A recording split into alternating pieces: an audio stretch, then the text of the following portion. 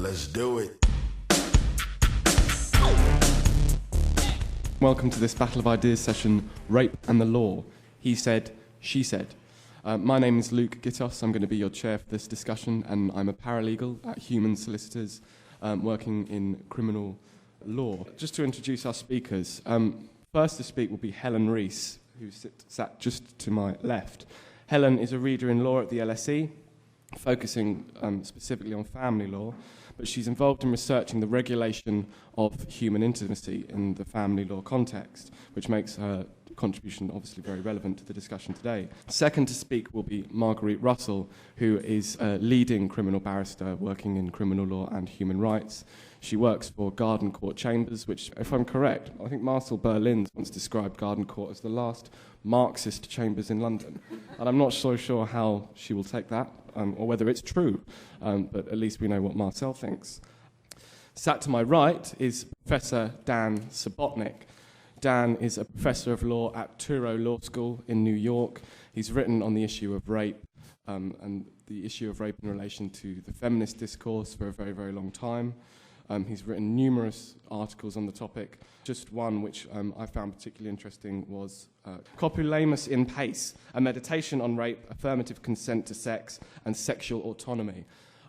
So Dan we're particularly excited to have Dan here, and I think it bears special mention that when we were having the discussions for this session and deciding which speakers we should get, it was suggested that we would throw a speculative arm across the pond to New York to see if Dan would be able to attend, despite us not being able to pay any airfare, and despite us basically being able to provide the very, very basics of accommodation here in London. Suffice to say that Dan has brought himself here off his own back to contribute to the discussion here. It's clearly evidence that he thinks this is an extremely important debate to be having out here. It goes without saying that this is perhaps an extremely difficult discussion to be having. It came about as a result of statistics and research that came out earlier this year, indicating that the majority of women thought that some rape victims should take responsibility for being raped. Three-quarters of them thinking that if a woman got into bed with a man, having been out on a night out, etc., then that should give some indication that they were in some way responsible for being raped. Now, the reaction to this in the media was a kind of hysterical furore, suggesting that women were adopting the same kind of chauvinist attitudes that emerged around rape discussions in the 60s. But at the Institute of Ideas, we thought that these were worth perhaps interrogating a bit harder and seeing whether or not there was something else going on here. So that's what really led us to this discussion here today. And it's also worth thinking about the fact that the definition of what rape is has expanded since the 1960s, not simply in a legal context, but I think also in an important way our cultural understanding of what rape is has changed and has expanded. And whilst that has obviously had an extremely positive tenet in one sense, in that it has brought to light numerous offences which may have previously gone undiscussed or uncharged, there perhaps is also some problematic aspects to having a broader definition of rape. We seem more willing now to delegate our responsibility for negotiating our sexual encounters to the state. And whilst that's obviously in some contexts a positive thing, there is some serious issues to be had out. So I'm not going to say anything more. I'm going to pass over to my panel. I'm going to start off with Helen. So in the next few minutes, what I do want to talk about is attitudes. And I want to talk about, more specifically, I want to talk about our attitudes to rape, rape victims, rape trials. And I want to talk about what rape reformers and rape campaigners, and indeed, to a large extent, the government, think about our attitudes to those questions. And the reason I am going to focus on attitudes in what I say is that, as Luke outlined in his introduction, over the last 20 years or so, there's been a huge amount of reform to the law of rape. Those reforms have led to a situation where the definition of rape has expanded.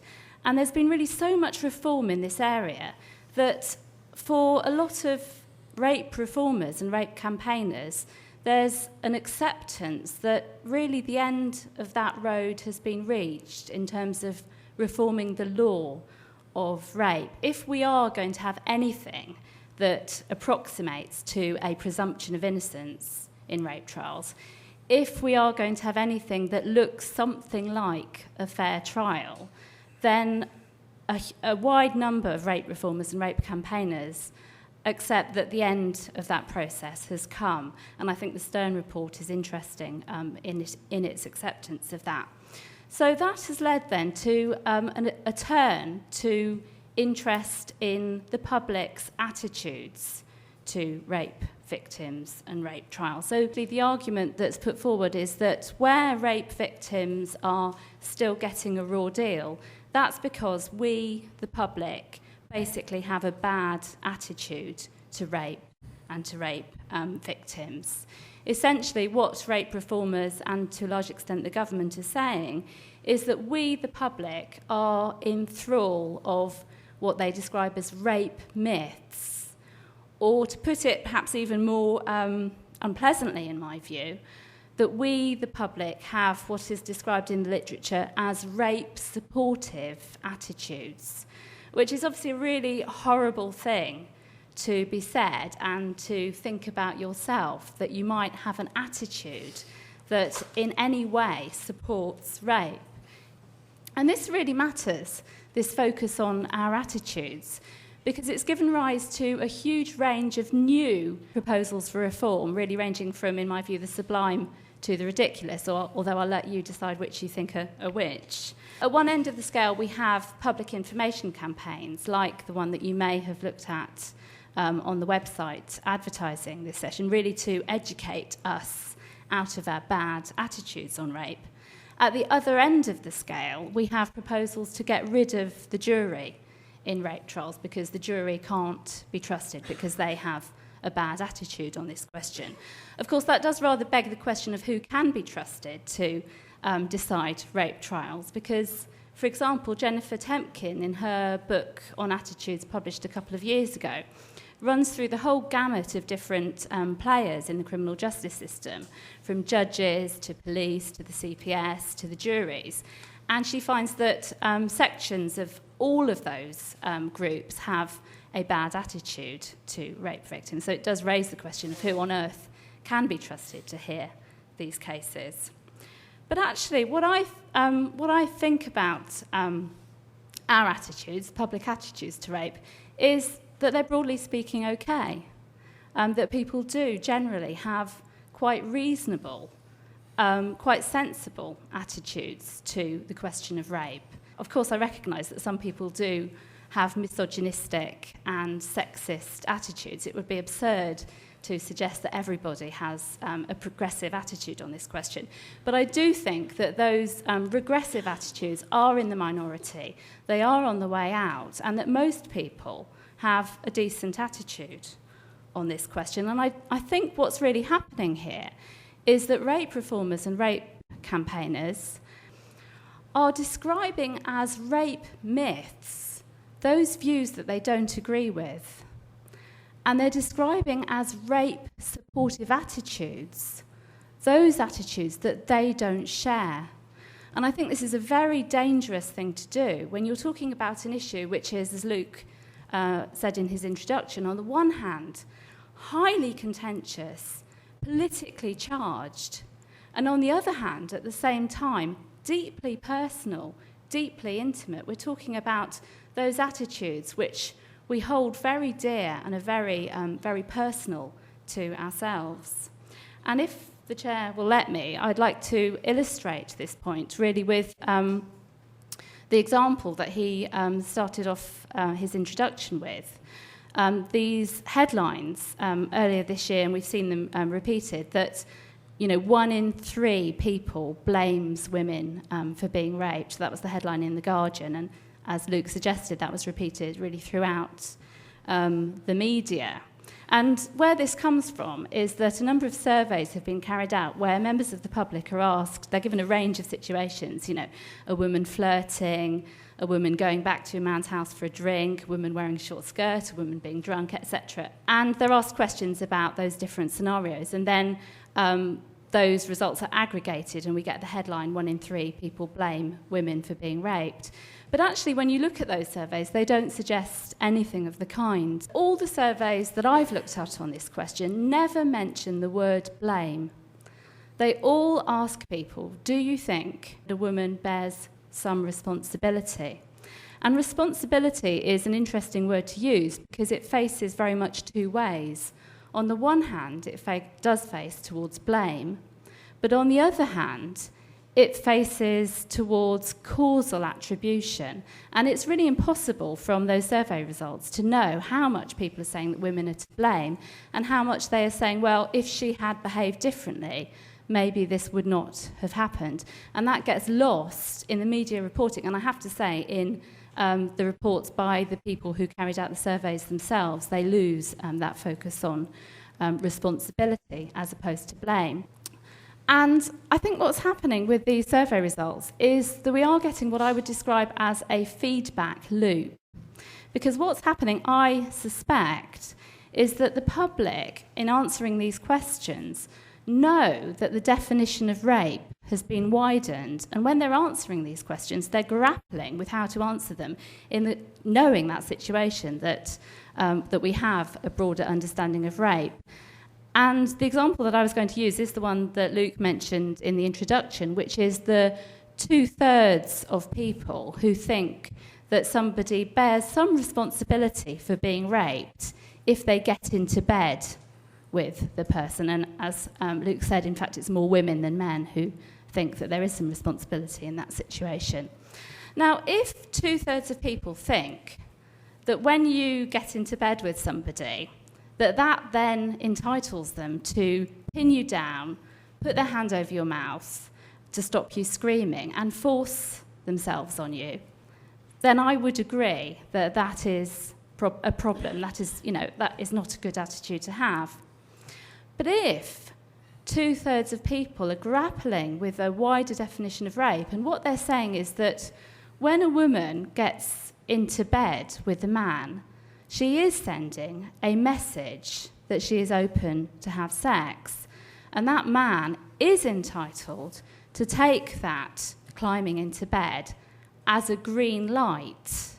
And then, in the absence of any clear message the other way, in the absence of her then making a very clear signal the other way, whether it's saying no or whether it's pushing him off or whatever, then they are uncomfortable with the fact that that is described as rape, and they are uncomfortable with the man being found to be guilty of rape, then I think that is a very sensible attitude and indeed a very reasonable attitude.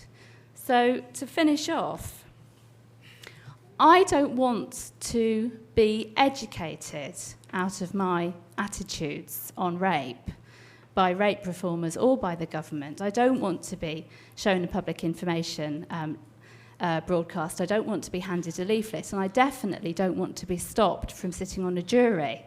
But of course I do welcome a genuine debate about those attitudes. Great, thank you, Ellen, that's very useful. Marguerite? Up until 1976, rape was a common law offence. It meant there was no statute. And there were 3 basic rules so far as rape were concerned. One, it was an offence that needed corroboration. You couldn't just be convicted of rape if it was a woman saying that she'd been raped. Why was that? Well, we all know that women and children are complete liars, and therefore they have to be corroborated.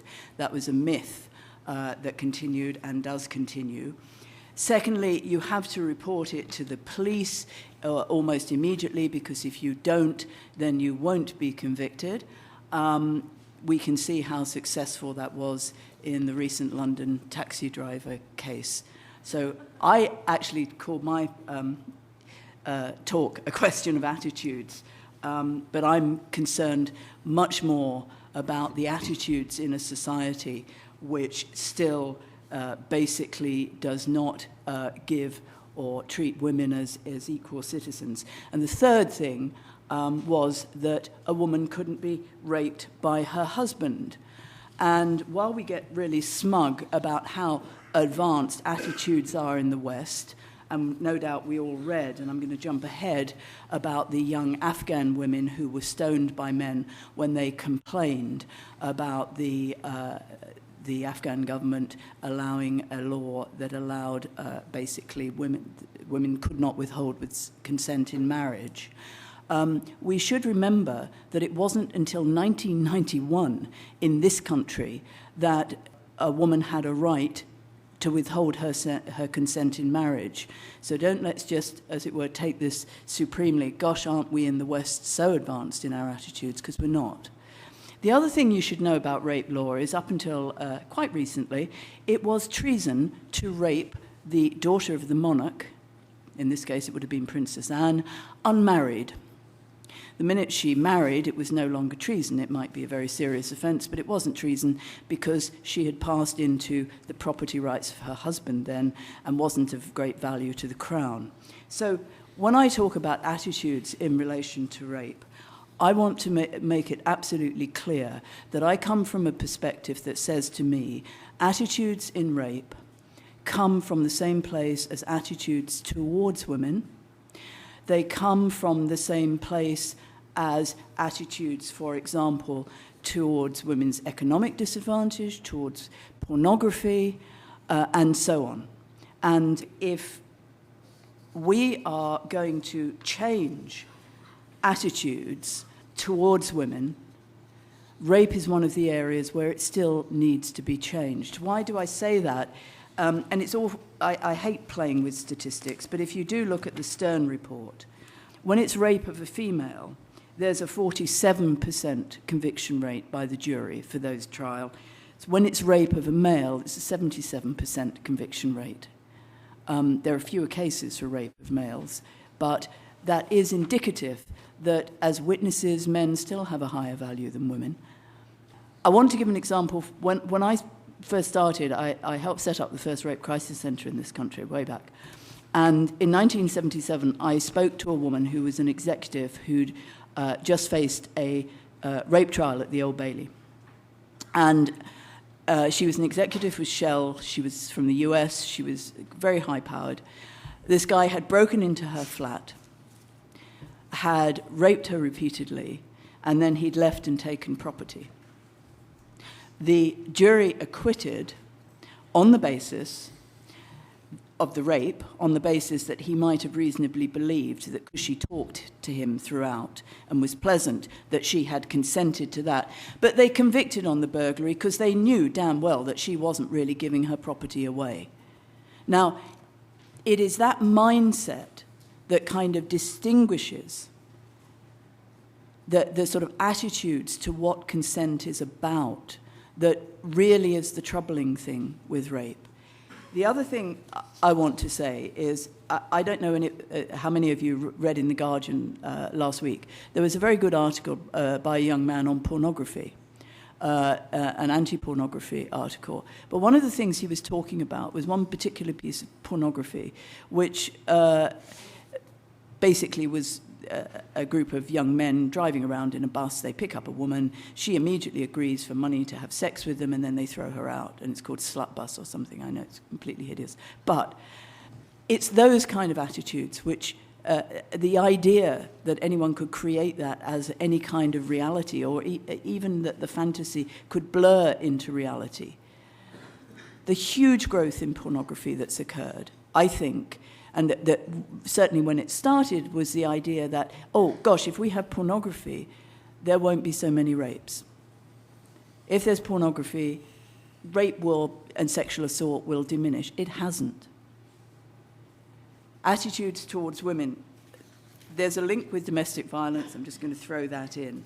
But when we think about rape, just remember how recently and in recent times, as there has been, as it were, a global movement for women to try and reach equality of a kind. I want to mention Kosovo. I want to mention the Congo. There have been mass rapes of women as weapons of war. And what is that about? If it's not about how serious this is within the attitude of relationships between men and women. And one final point on attitudes. very recently there was a debate when this new government came in. Their first one of their first things was that they were going to make men who were accused of rape anonymous in the way that the victims were. Firstly, there's a huge mythology about that. There is anonymity granted to witnesses, not just in rape case, but in a number of cases these days. For good or ill, it is something that has come into the criminal process. All victims of crime can give evidence behind screens or from different locations if they are nervous, not just rape victims. But why were the government in this country so eager to come up with anonymity for people accused of rape, not for paedophiles? Because let's face it, if you're wrongly accused as a paedophile, just as damaging to your reputation. And this was their comment. Crispin Blunt, sex crimes are of an entirely different order. Ken Clarke, tit for tat because the complainants are anonymous. And the Prime Minister was quoted as saying, and it's back to the myth, we know that a lot of people are falsely accused.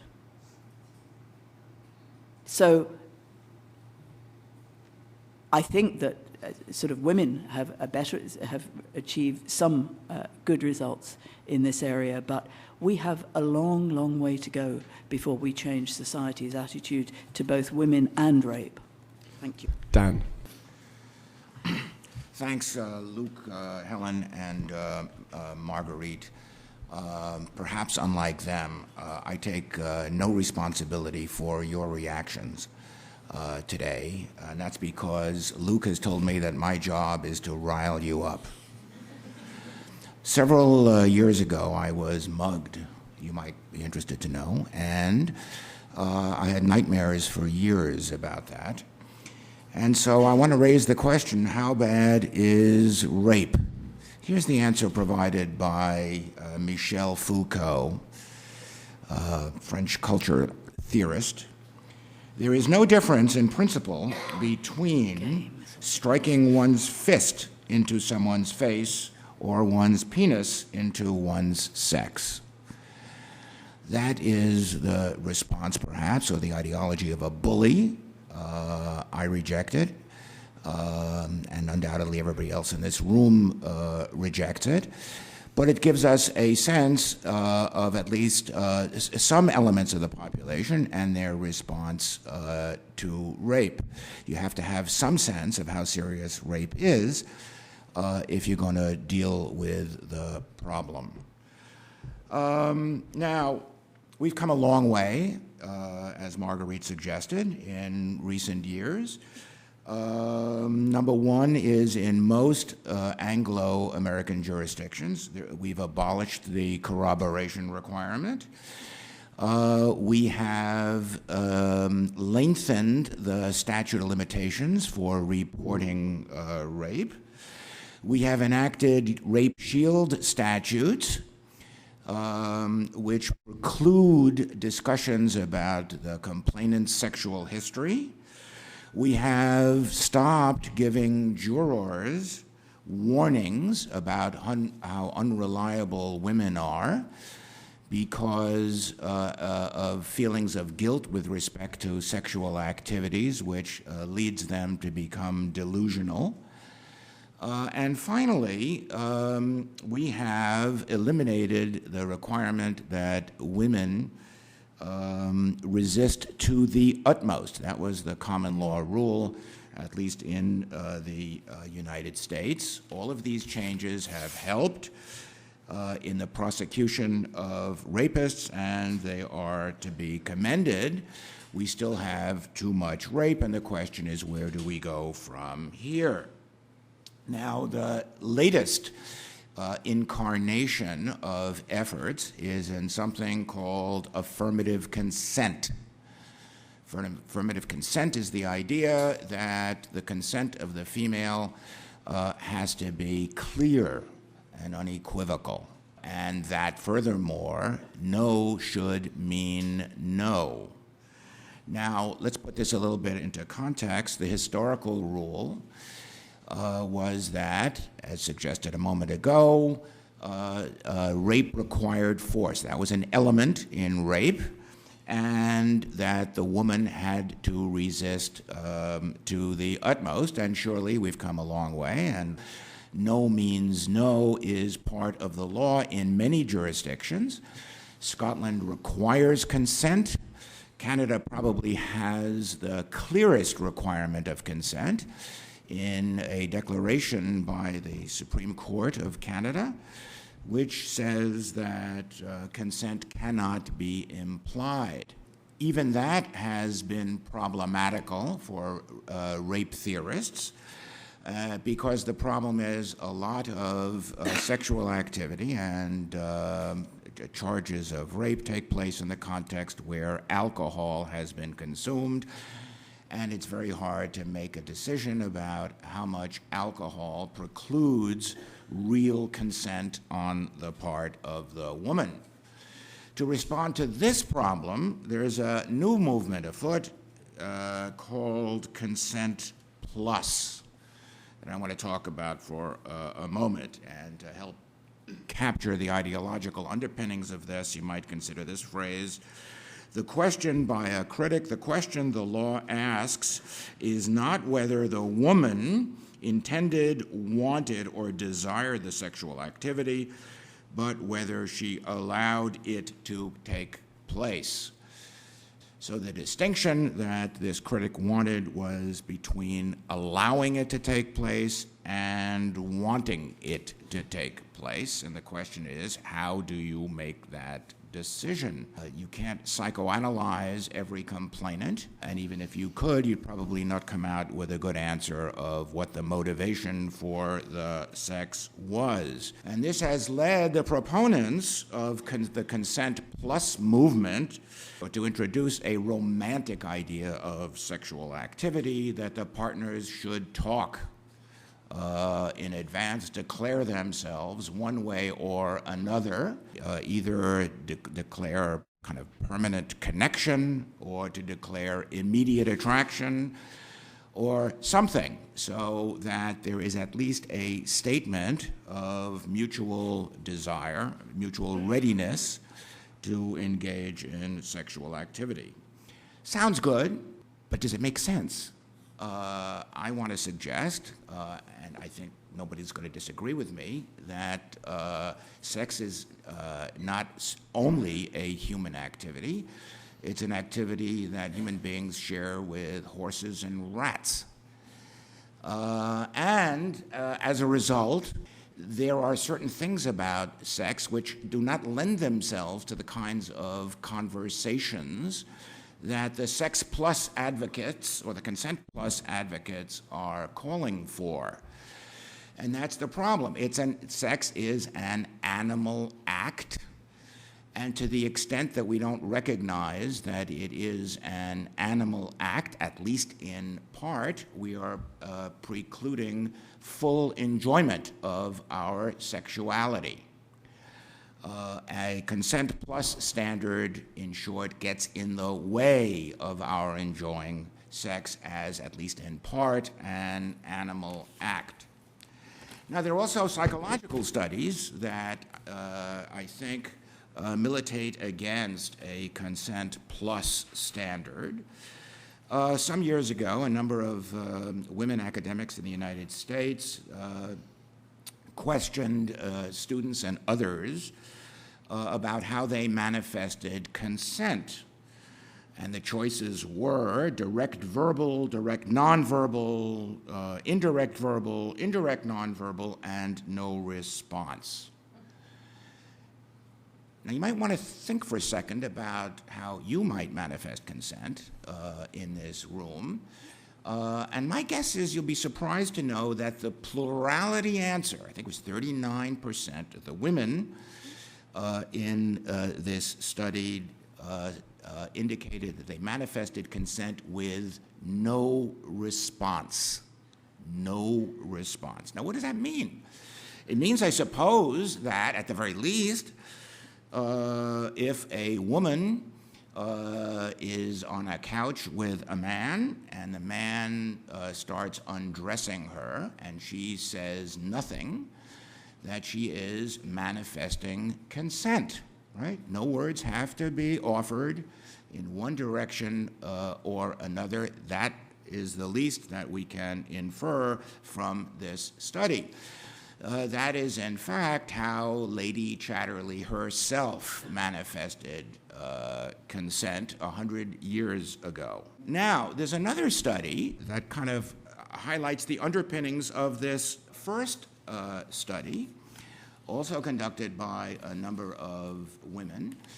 And the question that was posed to these women was, why didn't women respond with more gusto in so many cases to overtures by the men in their lives? Why were they, in effect, simply letting themselves be undressed as a manifestation of their assent? And the women responded by saying they were concerned about appearing promiscuous, uncertainty of their partner's feelings, moral or religious reasons prevented them from actively engaging in the sex in question, self-consciousness about their own bodies, and finally, wanting men to beg. Now, if women say no when they mean yes, at least in some circumstances, does it not follow that silence is more likely to mean yes? The silence, as indicated, of simply letting yourself be undressed. I've gone even further than this, and I decided that all these theoretical arguments and discussions really needed some more empirical backdrop, and so I did a study of students in my own school. 300 students responded, and I asked a number of questions, and I think you'd be interested in the answers. Sam and Vivian, age 25, had gone out on several occasions. After dinner and drinks again, Vivian invites Sam up for a nightcap. He kisses her, she kisses back. He puts her hand on her genital area. No response forthcoming from Vivian. Sam places his finger inside Vivian. And the question was, has Sam committed a felonious act? And the answer is no. Men and women said no. This was not a felonious act. This is not rape. 22% of the women said it was a felonious act, and 14% of the men said it was a felonious act. Obviously, there is the conclusion of the respondents to this survey was that there's some kind of assent that was manifested by Vivian, and that Vivian had an obligation to stop proceedings when things got kind of beyond her ken of desire. And then I upped the ante with the students, and I said, okay, Vivian does not resist, but does not express consent actively, and Sam now proceeds to have intercourse with her. Is that rape? And the answer here again was no, by a large majority of women and a larger majority of men. Again, I guess the idea is that Vivian has an obligation when she puts herself in that position, that women have to be presumed to know what they're doing, particularly in this day and age, and that there is no way of knowing what women want without asking them. Should we rely on race or rape theorists to tell us what women want? We don't have any basis for changing the law in the absence of studies of this nature. That's not to say this is, that this is not to say that this is the last study that can be done, but studies like this would seem to be central to the reform project. Dan, and to some extent also Helen, has thrown up a challenge to effectively say, look, Does rape law take women's autonomy seriously today? Does it effectively say, look, consent is something which women can only do if they say yes, and there's no other means by which a woman can indicate that she might want to have sex with someone? That seems to me to be a bit problematic. How would you respond, Marguerite? Okay, can I just comment on the Foucault thing? What is the difference between having a punch in the face and being raped? I'll tell you. If you're raped as a woman, and this may not hit male consciousness, you are going to worry about being pregnant, you are going to worry about STDs, and in this day and age, you're going to worry about AIDS.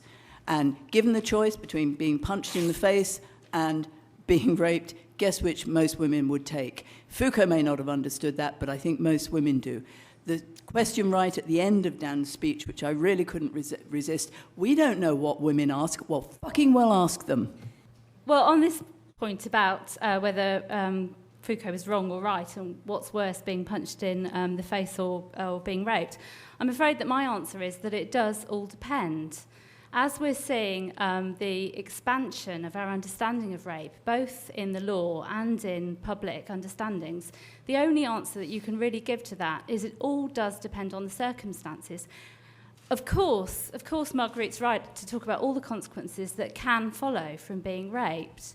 But I'm not going to say that necessarily if a husband puts his penis into his wife's vagina when she is asleep, that is necessarily the most serious thing that can ever happen. It is rape. It's quite unproblematically rape in the eyes of the law. But I'm not going to say that it's necessarily the most serious thing that can happen. Consent is a very complicated concept, and there will be a line where a woman is unsure about what has happened. I'm not going to say that necessarily every time that somebody has an experience that they're unsure about, that they're unhappy with, that is necessarily the most serious thing that can ever happen. I think it all depends on the circumstances. Similarly, if a woman is very drunk and, in the words that we used to use 20 years ago, but we don't use anymore, that she is taken advantage of, I agree that will be rape if she's gone past the point where she's capable of consenting. I think that there is the point where somebody is too drunk to consent. Definitely if she's passed out, there's no question about that. And I think that the law is right to say that there is a line where somebody is conscious, but they are not capable of exercising any kind of meaningful consent. Is that the most serious thing that can ever happen to her? It all depends. It depends on her reaction and how she feels about it. If a woman does not have the capacity to consent because she has learning difficulties, again, I think the law is right to recognise that there are circumstances when people are not capable of exercising consent. If she has sex without her consent, is that the most serious thing that can ever happen to her? It depends. It depends on her reaction. As Helen and to some extent Dan as well has suggested, that consent is a complicated process and one which can take place throughout an encounter. And if you looked at a lot of the rape campaigns that are around today, that seems to be bypassed in favour of a kind of yes and no approach.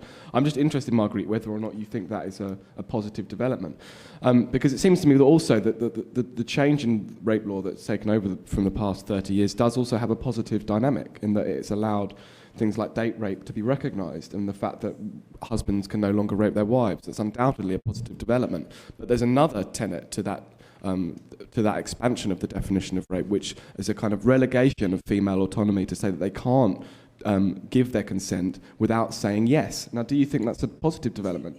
The problem is, if you look at the definition of rape, a lot of this discussion is not making sense, because the definition of rape in this country is: rape occurs when somebody intentionally penetrates the vagina, anus, or mouth of another person with his penis. That other person does not consent to the penetration, and the perpetrator does not reasonably believe that the other person consents. That's the definition, right? So in all these sort of little examples given, it's obviously a reasonable thing. She's responding in some way, she may not be verbally responding, etc., etc. But the fact of the matter is that this debate, what I'm suggesting, is concentrating on the woman's attitude rather than on the man's attitude. I spend part of my life in Canada, and the Canadians have just dealt with this very simply. if you're a guy who's going to have a sex, then you take responsibility. You don't lay it all on the woman. And that's as simple as it comes. And I like the thing about rats, and we're rats.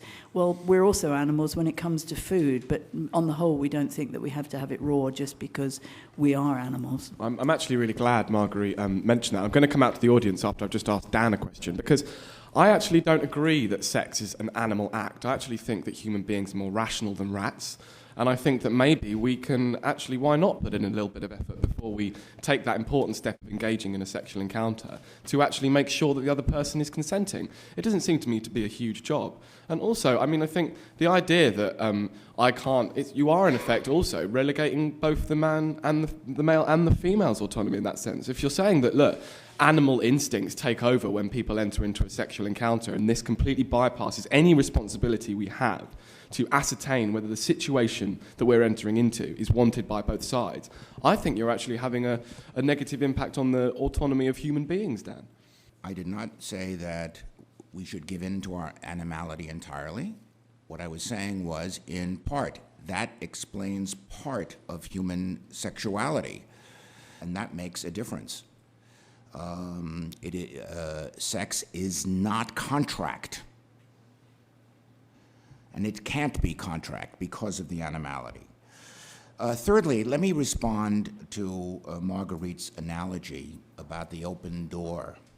I think that's a false analogy. There is sex is entered into willingly in many cases. An open door, an open home door, is not an invitation for people to come in. It is probably the result of someone who forgot to close the door. But nobody gets any pleasure, or few people get any pleasure, in having their home and their persons violated when they leave the door open. But if they do get pleasure from sexuality, then we can interpret an open door or its analog in the conversation that we are having slightly differently. And that's why I reject the analogy. I agree with the idea of attitude, and I just want to point out that we're talking about attitude of women, but we're not talking about attitudes of men. So, for example, if a woman lies on a beach naked and she's sunbathing, some men may think that she's actually inviting them for a certain act, right? So, in rape question, we're dealing with attitudes of certain males who think that a certain behavior means or implies certain desires. And the difference in male attitudes to these behaviors on the part of the women are actually key in deciding who is to blame. Coming back to your example that you just took issue with, I have an issue with your example too, in that your thing about the open door in the house, there is a legitimate excuse here in law. It's a lawful excuse. If you legitimately believe that somebody doesn't mind you going and taking their goods, or you have reasonable belief that's the case, you have a lawful excuse against theft, and that seems to be there already in law, so it is actually something that is nuanced and is discussed in court if these things do come up. I also think your example of why that's wrong is probably a stronger response. The other issue was the sort of nuancing and laying on the beach thing and the issue with attitudes. That is the crux of what was changed in British law relatively recently, is that rather than it being just the attitude of the accused rapist, or person accused of rape, it's now whether or not their attitude was, whether or not a reasonable person in their situation would have that attitude. And that was, I think, the crux of what was right about the law. And that is why where it stands now is right. And I was a bit confused by your argument, because I thought, on one hand, I thought you were sort of here to argue for an extension of the law. But then you did come back to sort of defending where it is now. And if it is where it is now in writing, that seems to me to be fairly right. But where people argue it should go is when I get concerned. For me, it's quite simple. Consent, to me, is active. You ask and you stop if you get any signs that that person is not engaging or has changed their mind. If a guy I'm with doesn't have an erection, doesn't look like he's enjoying it, isn't engaging with me sexually, I stop, I ask, and I continue to do so during the sexual act. I was raped at 14 and 15, and everything you're saying is highly relevant to the situation I was in, and I'd like to share something with you if that's okay. I blame myself for a very long time for not saying no to this person verbally, but I think the word no is a legal construct. It is very complex and confusing in these situations, but it would be very nice if in every confusing situation a man actually stopped to ask you, and I'm writing a book on this, I just want to read something to you. It would be very nice if in every confusing sexual interaction a young girl could actually look into a man's eyes and say no, but mightn't it be even more helpful if they actually bothered to ask? Because one thing for sure I can't recall in any of my potential or actual situations of sexual assault was a perpetrator stopping to ask me if I wanted it. There was always some kind of an assumption of entitlement that just by being female, being with them at that time, I wanted whatever they wanted to take from me. And there's a reason why perpetrators don't ask, because they don't care what you want. It certainly makes it easier if you appear to want it, but it usually doesn't matter to them either way.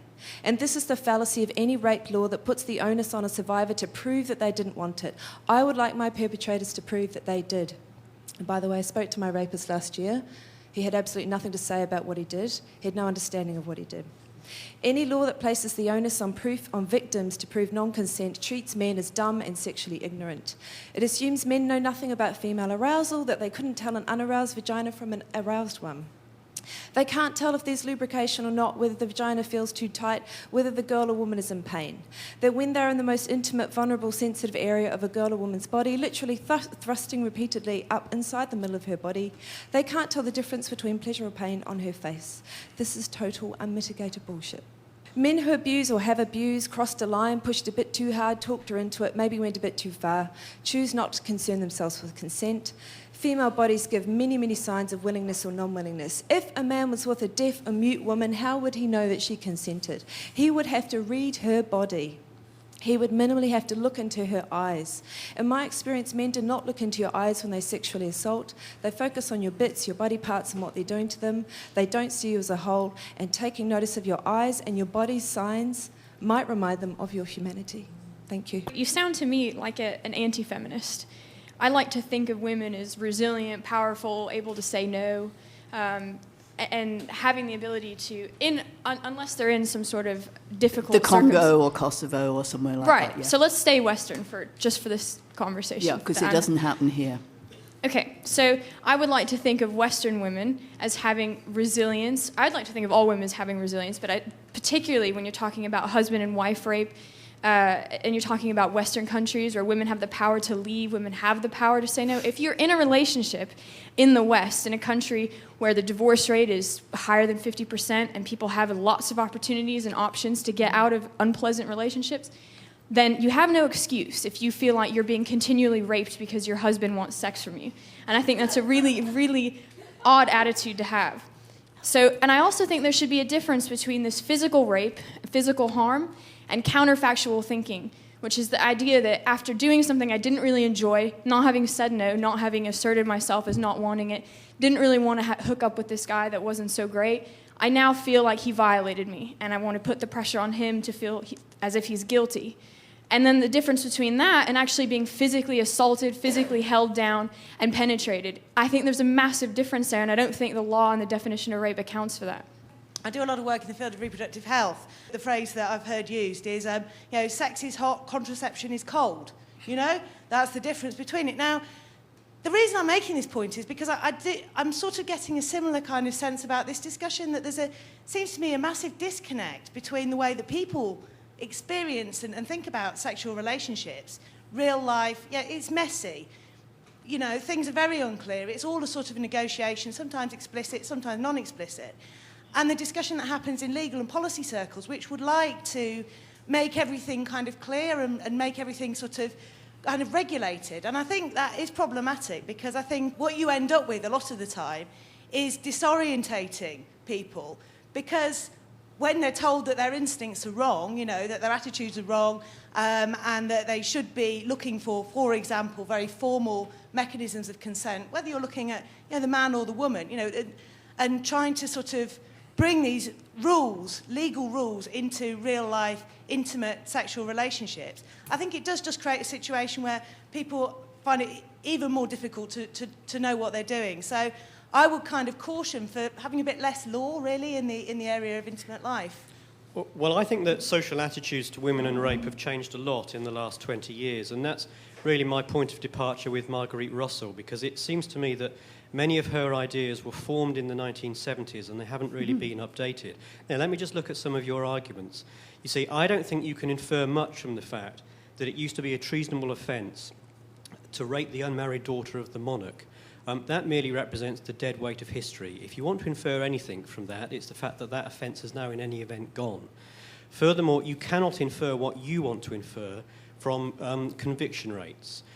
It is undoubtedly the case that if weak cases go before the courts, then acquittal rates will be high.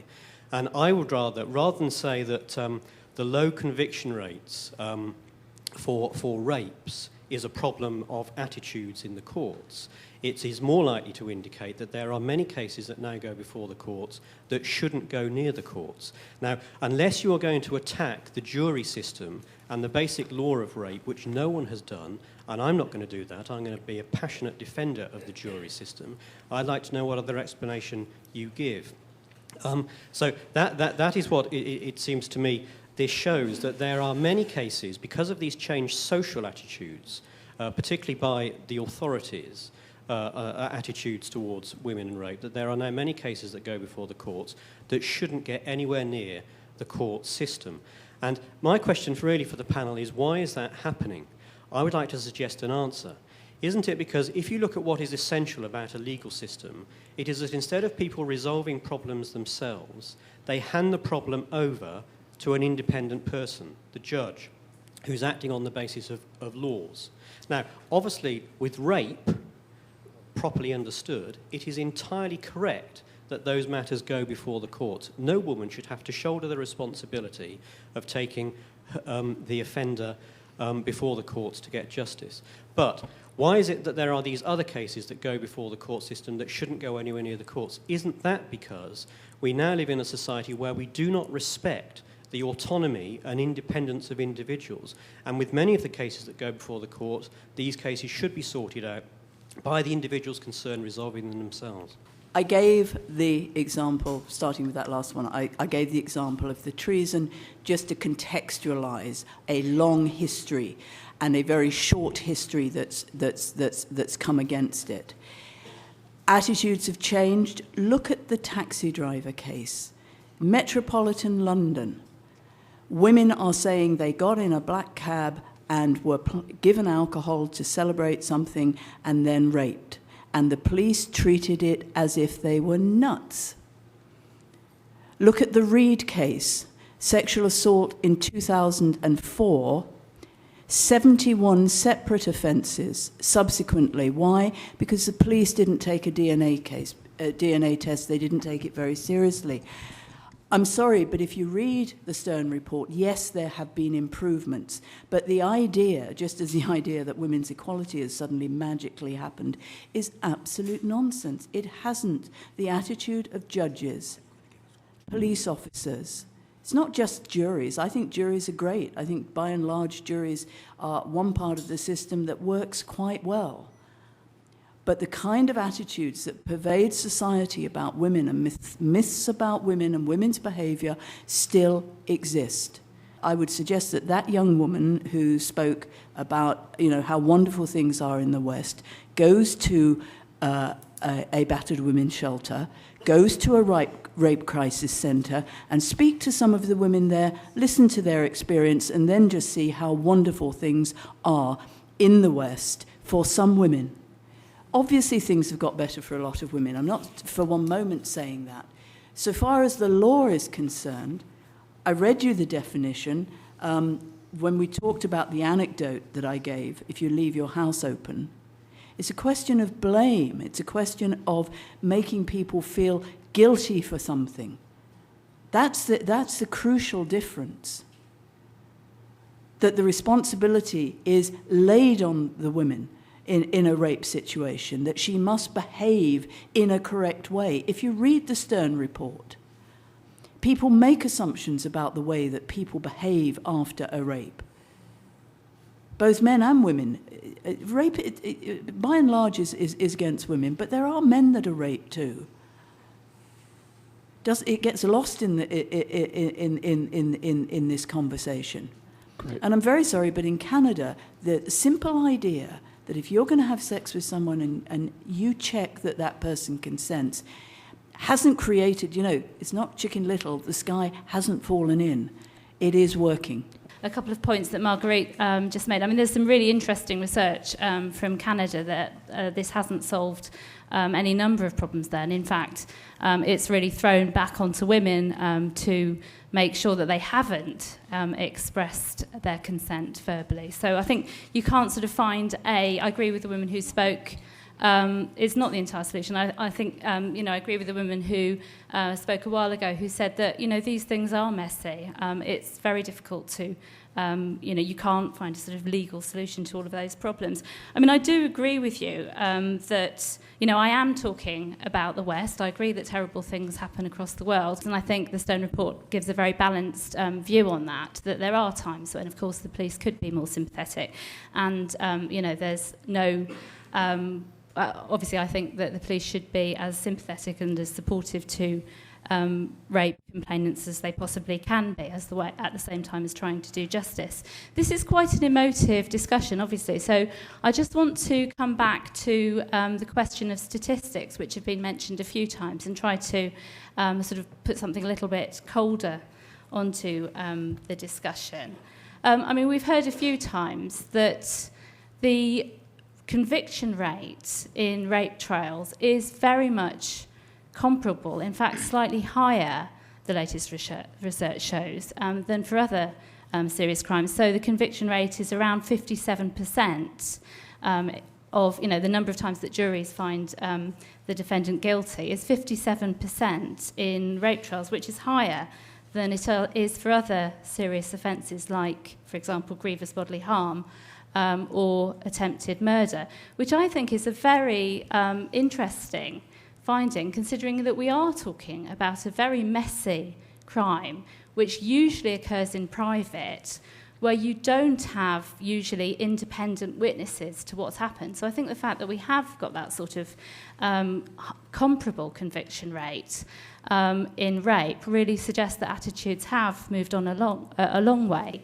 It's the case that in terms of the number of cases that are reported, we have again a comparable proportion being of convictions in rape cases. So it's often said that the the percentage of rape cases that are reported, we only have 6% or 5% which actually end up in conviction. In fact, it's nearer 12% if you include other convictions for sex-related crimes. And this compares very favourably with the attrition rate in other crimes. For example, we have an attrition rate of 4% for violence against the person, 10% for robbery, and only 14% for attempted murder. So I think if we look at what's actually happening with reported rapes and how that converts into jury trials and how it converts into convictions, that the evidence is really that attitudes have moved on. You lie on the beach naked, you're sunbathing, that is not an invitation to any reasonable person that you're available. As bad as rape is, as horrible as it is, in my survey, I found that only about 6% of my students back home in New York were worried about rape on any regular basis, or even irregular basis, intermittently worried about rape. In my discussions with prosecutors back home, I have learned that prosecutors prefer males on the jury, that they think that women are less likely to convict than men, and I find that interesting. Second, the notion that women can say no. If you say that women cannot say no to men on questions of sex, you undermine all of the progress that women have made in the socioeconomic setting. Women are called in leadership positions to say no on a regular basis. If they can't say no to a man about a raise, about a promotion, about a job, about anything, then women cannot be trusted to lead in leadership positions, and I reject that idea. I think the ways in which people say yes are blurry, but the ways in which people say no are not. I think that rape is not a blurry matter. It should be absolutely clear to both people there that the woman is being violated, because that's what it is, and that's why we try it as such a serious crime, because it's a violation of somebody's sexual autonomy.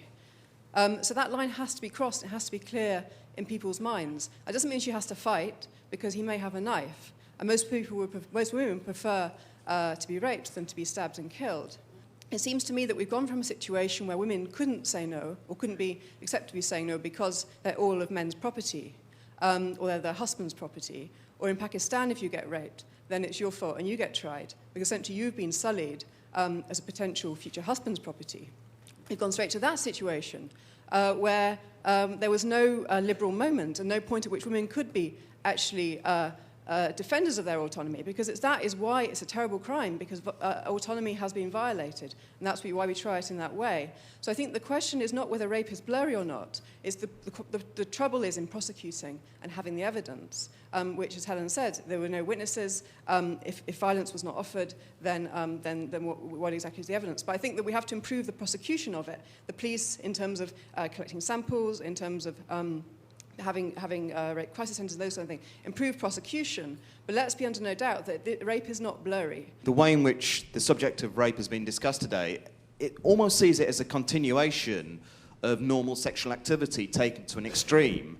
And I do think that is problematic. I'd go along with what the last speaker said, which is that rape has to be seen as a crime of violence that takes a sexual form.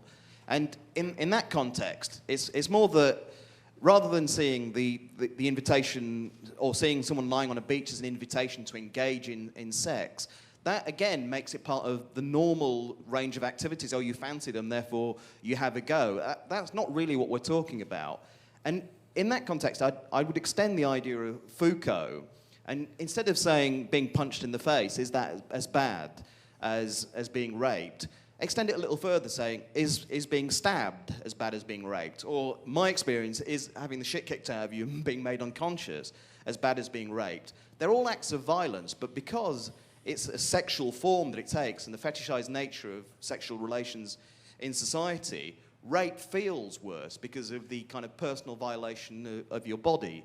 And it's the fetishization of it that makes it kind of strange.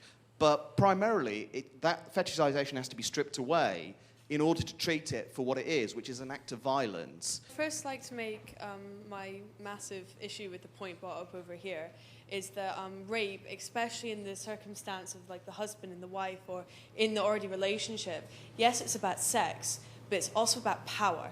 It's about the man taking the power, and in that sense, the woman has no power. She can't leave. You can't bring yourself, because there's the mental as well as the physical, which you're completely forgetting.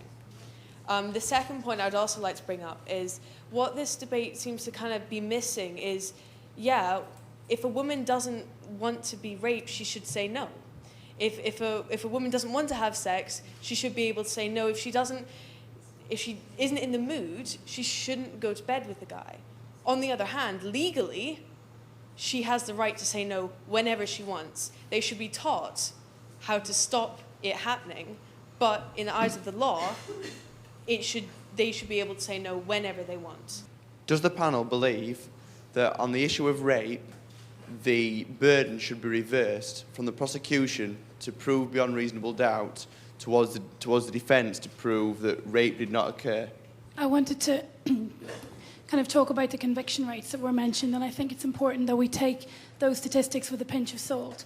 I myself work in a sexual assault referral centre just up the road in Paddington, and we see a lot of women and occasionally men coming in every week who don't report their rape for various reasons. And I think we need to think about the reasons behind the vast number of rapes that do go unreported, the number of rapes that aren't brought to court because of advice from the CPS, because of failure within the law to support those women, and also the victims that don't want to take things further because of intimidation, because of fear, because of terror. The Western world isn't all rosy. There's intimidation from families, from partners, and we need to think about the rape that doesn't go to court and think about what it is we can do to help these women and support these women. I'm a law student in the United States, and over the summer I had the opportunity to participate in about 6 felony sexual crime trials. And one of the items that I really noted was, even though, like in the United States, just like in the United Kingdom, we've abolished the 3 requirements of needing cooperation, reporting immediately, and no rape by the husband, it seems like juries still have those 3 notions built in, and they won't convict unless you get some version of those. And I thought that would be interesting in terms of what are the attitudes in the community and how can we move towards changing it.